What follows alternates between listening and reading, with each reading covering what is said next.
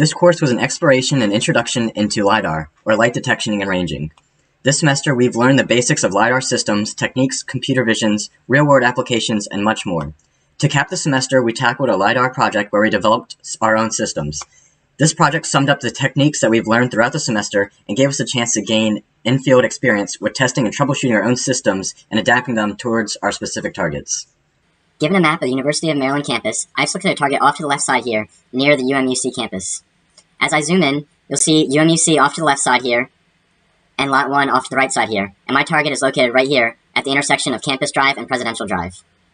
I selected this target for 3 reasons. 1, I wanted to do something that looked very cool and interesting with all the random assortment of features on this target. 2, I wanted to do something very different from what the other students were doing in the class. And 3, for its location. I picked a very obscure location near the UMUC campus, which I knew would come in handy later in the project. This is my LiDAR setup. I have the tripod connected to the 3D printed chassis. With it, I have my Arduino, which is just being used to power this line laser, which is acting as a transmitter of the LiDAR system. It emits the red line laser, which reflects off the target and is picked up by the receiver, which is this Raspberry Pi camera module, of course connected to the Raspberry Pi computer, which transmits to my laptop via VNC connection. I have a hotspot set up through my mobile phone. All components are hot glued to the 3D printed chassis, and then for further connection, they have duct tape securing all parts on top, as well as the hot glue. Either like the sun, or a man-made source like a line laser. This is the difference between passive and active remote sensing. Passive remote sensing is a naturally occurring radiation, such as photons emitted from the sun, or another example is if a bird is chirping, my ears are passively sensing the sound waves emitted by the bird. Active remote sensing is an actively transmitted source. So a laser is actively transmitting light. Or another example is like bats that use echolocation are actively transmitting a sound wave that they then receive themselves. Active remote sensing uses this range equation displayed here. You have the speed of whatever you are emitting, whether it be sound or light, times the total time traveled, that is, time from the transmitter to the object and back to the receiver, divided by 2, because that has traveled both ways. So the way that remote sensing works, essentially, is you have a radiation source. This, again, can be either a passive or active source. It then travels to the object, it bounces back, hits the receiver, and then it can be, you can then process those waveforms, and then you can analyze that data. In terms of this project, we have the line laser on the left is our radiation source, and then bounces to my target sculpture. It is then picked up on the way back by the Pi camera, which is the receiver. We are then processing that using the computer vision commands inside Raspberry Pi, and then I can analyze and process that data further, i.e. like removing noise using commands in Raspberry Pi as well, or using MATLAB commands. Laser looked like during the calibration. On the left, we have the single beam laser placed exactly 12 inches away from the camera module, and on the right, we see the line laser setup when I actually had the 3D printed chassis printed out and ready to go. What this looked like after calibration is you have the initial curve on the left. This was just all the raw data that I got during the calibration process. Then once I applied the HSV value to each of the individual mass, I was actually able to identify where the red dot was or the red line was. And then I could tune the rho and the RPC values, which adjust that blue curve to match the red dots, the red data points that I actually received for the actual range data. This is a brief pan of the data acquisition process on site. You can see the red line laser clearly reflecting off the sculpture. I have the LiDAR system connected to the laptop through a VNC connection. The whole entire setup is exactly 12.5 feet away from the sculpture. I did 4 views, front, back, left, and right. Each one is 90 degrees apart. They're all orthogonal, and I did 30 scans up and down for each of those different views. With the laptop, I ran the data collection to PyScript, where I adjusted the calibration values based on the previous curves I got, and I adjusted the exposure times to account for the ambient lighting. All the images from each view of the sculpture were saved into a folder from the Raspberry Pi script that I could then open up on my computer. And as I cycle through these images, you'll notice that this was one of the better views from my target sculpture. You can clearly track the red laser line as I scroll through each image and see where it's reflecting off the target. I then ran a color picker script on Python to define the HSV values for each individual image. Because the 4 different views of the target sculpture were so different, and even within each view, the images came out very different due to the ambient lighting nearby, like the traffic light, so a different HSV value or HSV mask had to be applied to each individual image. In the data generation Python script, I input the lower and upper HSV values for each image. As you can see, I have multiple lower and upper HSV values. I can then combine these together into a separate mask for each image, and then combine the masks together to form a single mask using this bitwise function. That then single mask, that's an aggregation of all the other masks, is applied to each and every image in that folder for that view.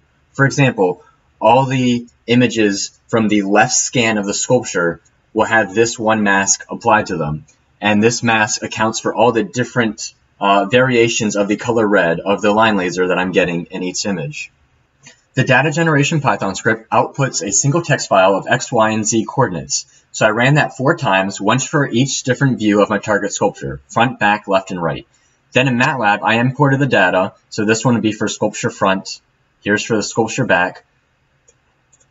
And then I cycled through each of those different views and did a very basic filtering of the data, adjusting certain coordinates like the Y coordinate. This is just for the front view. So that way I can take out at least like the ground and some of like the trees around it from a very basic filtering. And then I write this to a new text file, just one big file, which is I'm going to use to combine all the views together. And so then I go through and I do that for each of these different views. For example, the back view, you need to apply a very simple transform where you basically flip the sign of the y-axis. That's how you rotate it like that. And then I just append it. The key here in MATLAB is this little letter A appends those new X, Y, Z coordinates onto the end of the existing one big file text file. And so I go ahead and I do that with the left and right views. I can translate those again. I come up with new X, Y, and Z coordinates after I've translated them, and then I append them to the same one big text file. And then at the end, I can cycle through that one big text file and plot that in MATLAB. As you can imagine, I faced many problems tackling a challenging sculpture like this one. First of all, the sculpture is all metal, so it reflects light very well. Sometimes this can be a very good advantage when taking a LiDAR scan, but in this case, it definitely was not when combined with reason number 2, that there was a traffic light nearby that I could not block out. That means that whatever color the traffic light was on, the sculpture would reflect that entire color when I was taking my scan. So I had to be very conscious of what stage the traffic light was in when I was taking each photo for the scan. Thirdly, it's very large, so the top of those walls there are about 8 feet tall, which means that my LiDAR system had to be set up very far away in order to try and capture even just to the top of those walls.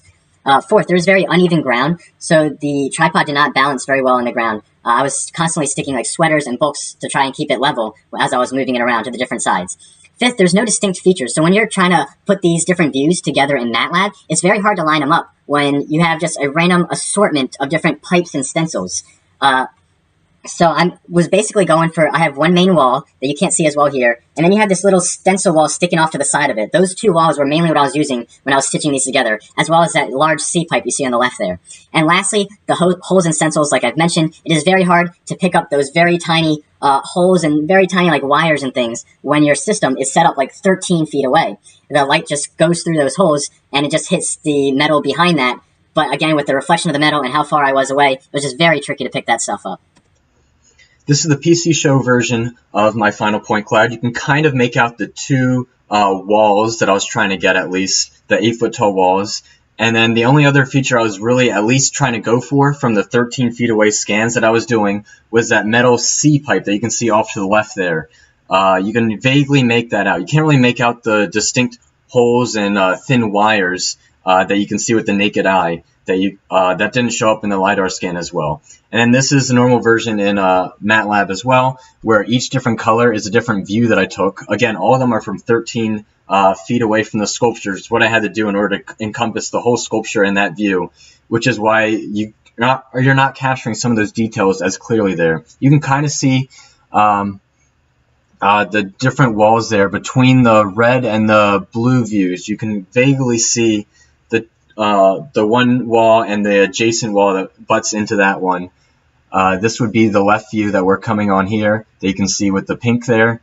And you can vaguely make out that C-shaped pipe again in that blue view there, as I mentioned before. That is what I'm looking for in this point cloud. So I'll show you an example that I did for guitar on a guitar stand for this meshing process, because it turned out much better than the messy point cloud I got for my actual target. So what you want to do is you want to import into MeshLab all the point cloud that you have, which are all these yellow dots, as you can see here. And then you can manually remove some of those yellow dots, some of those points, just by simply clicking on them and deleting them in MeshLab. And then once you have all that extraneous noise deleted, you want to mess with the Poisson ratio to try aligning all those normals, which are those blue lines that you see there in MeshLab. You want those all aligned in the same direction, so that way when you finally apply a mesh, it will come out somewhat decent, as this guitar one did, where you can see at least the center hole of the guitar and the general outline of that guitar shape.